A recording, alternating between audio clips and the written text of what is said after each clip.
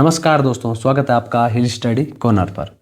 तो दोस्तों, जैसे हमने कल की वीडियो में जो बात करी थी वो बात करी थी केदारखंड की और चर्चित स्थानों की जो केदारखंड में।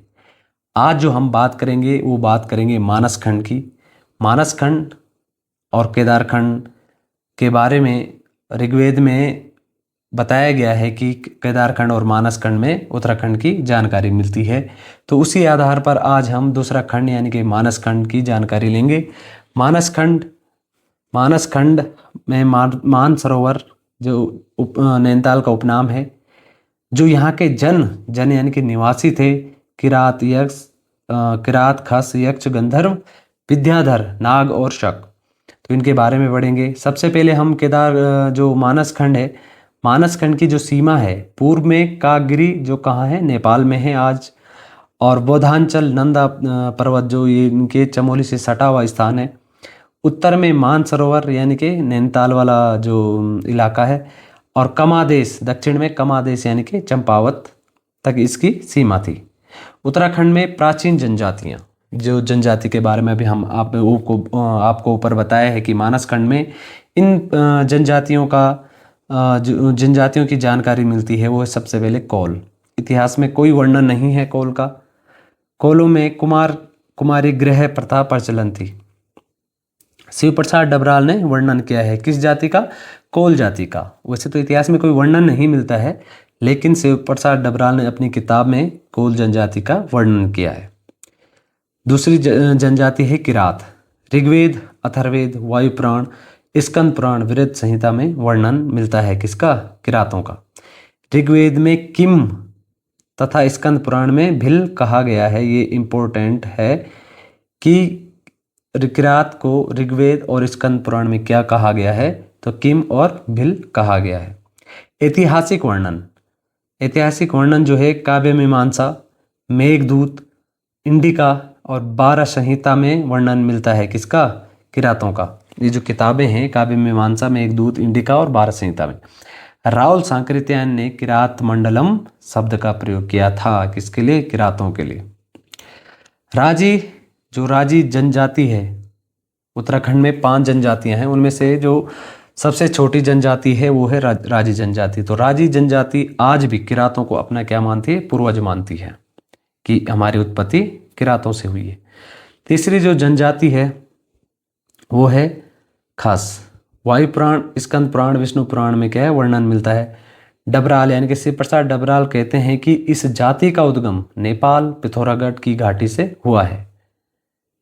बोधगया शिलालेख में वर्णन है, अशोक चल ने यहाँ पर 3 बार आक्रमण किए। 1177 कमादेश यानी कि चंपावत में, 1191 और 92 में गोपेश्वर यानी कि चमोली में, और 1209 में बाड़ाहाट कहाँ है? उत्तरकाशी में। तो 3 बार जो मतलब अशोक चल ने यहाँ आक्रमण करा है। तो किस में बताया गया है? बोधगया शिलालेख में। इसे डोटी नरेश खसाधिपति भी कहा जाता है। किसे? अशोक चल को डोटी नरेश खसाधिपति भी कहा गया है। टोलमी ने सीतापुर नगर का वर्णन किया है।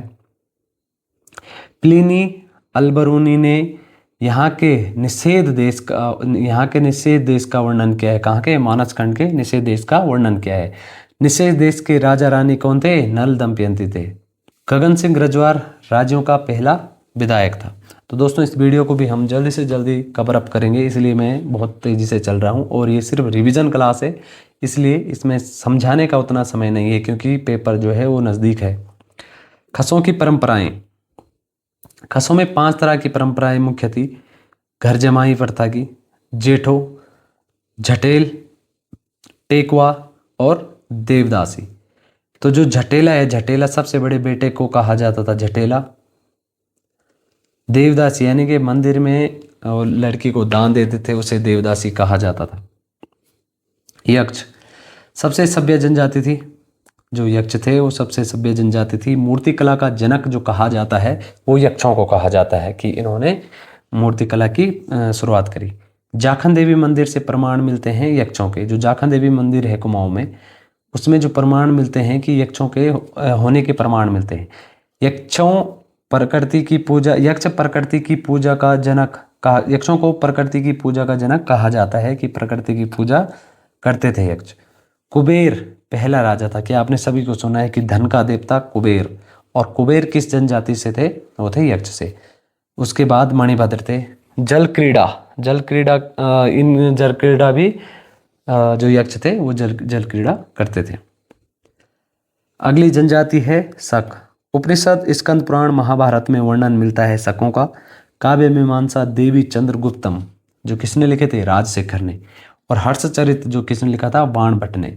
तो इनमें भी जो वर्णन मिलता है वो मिलता है शकों का वर्णन। कार्तिकेय नार के शक उत्तराखंड के शक थे।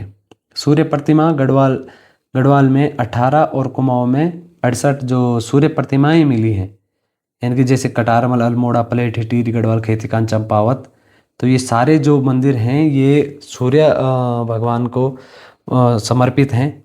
और यहाँ से जो प्रमाण मिलते हैं वो शकों के होने के प्रमाण मिलते हैं। कटारमल, अगर हम कटारमल के बारे में जानेंगे तो कटारमल कोसी नदी के तट पर है, अल्मोड़ा में। मानस खंड के अध्याय 134 में इस मंदिर को बड़ादित्य कहा गया है। किस मंदिर को? कटारमल के सूर्य मंदिर को। यहाँ 45 प्रतिमाएं हैं। कटारमल कत्यूरी वंश का राजा था। तो ये भी क्वेश्चन आता है कि कटारमल किस वंश से संबंधित थे? तो वो कत्यूरी वंश से संबंधित थे।